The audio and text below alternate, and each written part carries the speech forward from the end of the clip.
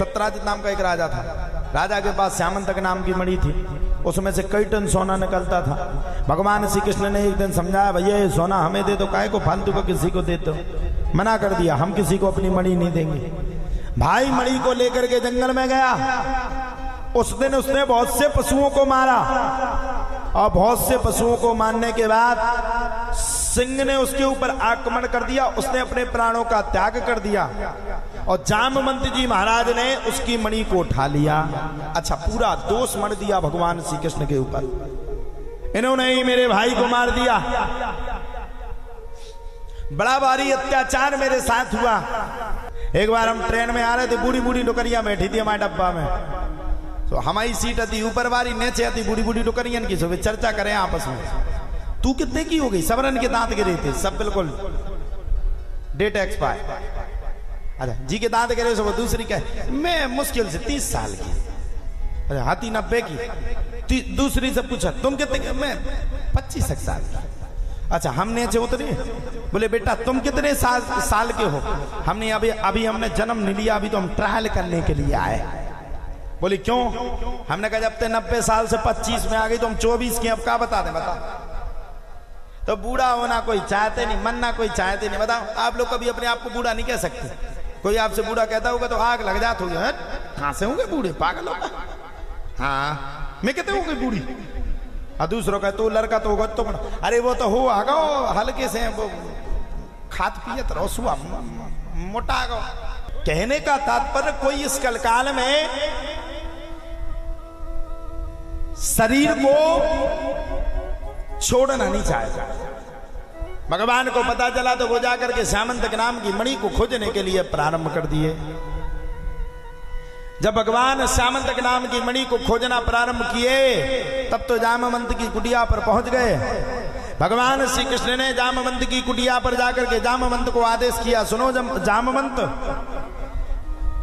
इस कुटिया को छोड़ करके ये श्यामंतक नाम की मणि जो तुम लिए हुए हो, इस मणि को मुझे दे दो, अन्यथा मैं तुम्हारा विनाश कर दूंगा। अच्छा, जामवंत जी महाराज भी अपने आप में बड़े पावरफुल थे।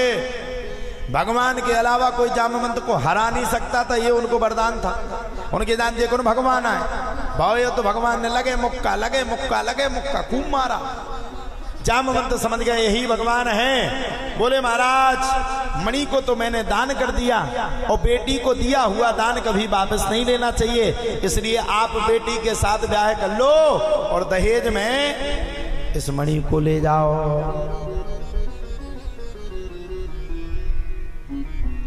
जब इतनी बातों को सुना, जामवंत जी के इतने प्रश्नों को सुना, तब तो महाराज कहा जाता है जामवंत की पुत्री जामवती के साथ भगवान का ब्याह है गया और भगवान मणि को लेकर के आए तो सत्राजित को दे दिया। ले पकड़ अपनी मणि। बहुत मणि चिल्ला रहा था। भगवान को एक दहेज 2 बार मिला, जाकर के मणि दे दी। सत्राजित का दिमाग खराब, यार मैंने बड़ा गलत किया। सत्राजित ने अपनी पुत्री सत्यभामा का ब्याह भगवान श्री हरि कृष्ण के साथ किया और उसी मणि को फिर से दहेज के रूप में भगवान को दिया। इस प्रकार से भगवान के 3 ब्याह हुए। धीरे धीरे करके भगवान के 8 ब्याह हुए। एक दिन की बात है, नारद मुनि भगवान के पास आ गए और जैसे ही नारद मुनि भगवान के पास आए तो उन्होंने कहा, अम्मा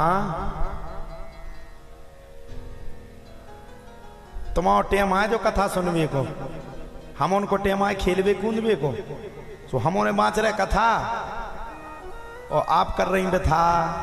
यही तो सच्चो कले उगाए आप ही में झल को। इस अवस्था में बुरा मत मानना मेरी मां, इस अवस्था में आप जितनी भक्ति कर सको उतनी कर लो, नहीं तो फोटो ही मड़त पे कछु नहीं होता बाद में। हाँ, मैं झूठ नहीं कह रहा। और सुन लो, फोटो मरती तो कहू पे मकर जाए हो जाए, को चिड़ैया का स्थिति बना दे। इसलिए फोटो मरने से पहले हम लोग भगवान की कथा में मर जाएं। राजा परीक्षित को श्राप लगी, राजा परीक्षित ने श्राप को भोगा, लेकिन देखो भागवत को सुनकर के एक शरीर को छोड़ा तो दूसरे शरीर में प्रवेश कर लिया, भागवत में समाहित हो गए। जब जब भागवत की कथा की जाती है तब तब राजा परीक्षित की कथा को कहा जाता है। बिना राजा परीक्षित के भागवत की कथा नहीं हो सकती है, क्योंकि उन्होंने मन लगा करके कथा को सुना।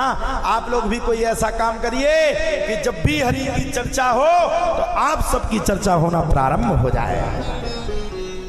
आने वाले कई हैं, जाने वाले कई, मनने वाले कई हैं, रहने वाले कई हैं।